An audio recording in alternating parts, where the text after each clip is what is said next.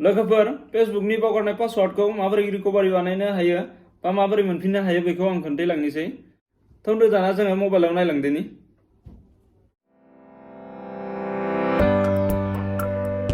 लोगोफोर फेसबुक एकाउन्टनि पासवार्डखौ जुदि बावगारदोंब्ला माबोरै रिकभारि बानायगोन बेखौ नायलांदो। बेनि थाखाय जोङो फेसबुकाव थांदो।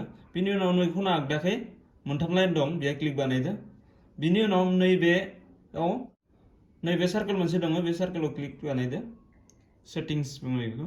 बिनि उनाव पासवार्ड एन्ड सिकिउरिटि बेयाव क्लिक बानायदो।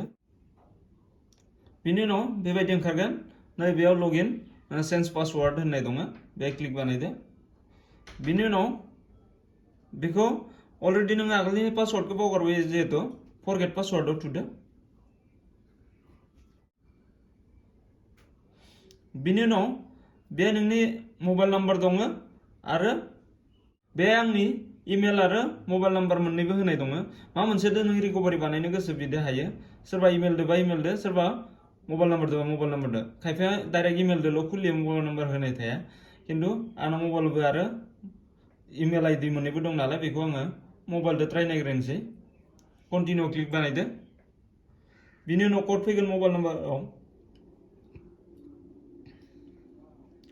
6टा डिजिटनि कड फैगोन नै। कड नाम्बारखौ बेयाव इनपुट बानायदो। बिनि उनाव कन्टिनिउआव क्लिक बानायदो। बिनि उनाव निजिनि गोसो बायदि मोजाङै पासवार्ड बानायदो बेखौ। बिनि उनाव पासवार्डखौ माबायदि बानायनो होदों बेयाव लिरनाय दङ create a new password that is a less 6 character लं। A strong password is combination letter number and punctuation. बे मा होनदों लेटार नाम्बार आरो पंक्चुएसन बे मोनथाम। बेयाव आखर नाम्बार आरो @ माबा मोनसे बिदि सिम्बल होनांगोन आरो 6टानि खम जानो मोननाय नङा। नैबायदि होबाय आङो। बिनि उनाव बे क्लिक बानायदो। बिनि उनाव नैबेयाव नेक्स्टआव थुदो। नै दाना पासवार्ड साक्सेसफुल जाबाय चेन्ज बानायनाया। कन्टिनिउआव थुदो। अकेआव थुदो। अट'मेटिक नोंनि फेसबुकआ खुलिफिनसिगोन। आंनि पासवार्डआ अलरेडि चेन्ज जाबाय। दाना जोङो मेलजों माबोरै खुलियो, मेलजों माबोरै पासवार्डखौ रिकभारि बानायो बेखौ खोन्थानोसै। दहाय मबाइल नाम्बारजों बानायखांबाय। दाना मेलाव माबोरै फैयो बेखौ नायदो। बेनि थाखाय थांनांगोन कन्टिनिउआव। बिनि उनाव नोंनि मेलाव 6टा कड फैगोन। बिनि थाखाय जोङो नैबेयाव मिनिमाइज बानायना लादो। बिनि उनाव जिमेलाव थांदो। बेहाय क्लिक बानायदो। नैबे फैबाय। बिनि उनाव नैबे खनायाव थुना लादो। नैबेखौ क्लिक बानायफिनदो। बेहाय थुदो।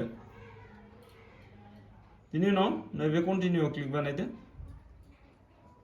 बिनि उनाव नैबेयाव पासवार्ड सेटिं बानायदो। बेहाय बिनि उनाव नैबेयाव क्लिक बानायदो।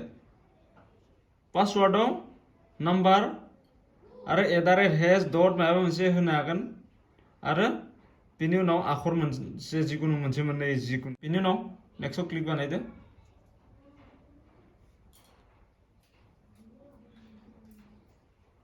नैबे बुंदो पासवार्ड चेन्जड माने पासवार्डआ चेन्ज जाबाय जोङो। दा आङो कन्टिनिउ बानायनो हायो। होमबाना डाइरेक्ट फेसबुकाव थांफिनगोन। बिनि उनाव अकेआव क्लिक बानायदो। पासवार्ड बेबायदि जोङो चेन्ज बानायनो हायो। भिडिअखौ नायनानै जुदि मोजां मोनदोंब्ला लाइक आरो साबस्क्राइब बानाय, लोगोसे भिडिअखौ शेयार बानायबानो जाबाय। खनायाव थानाय बेल नटिफिकेसनबो लोगोसे दबायना होफाबानो जाबाय। गोजोन्थों।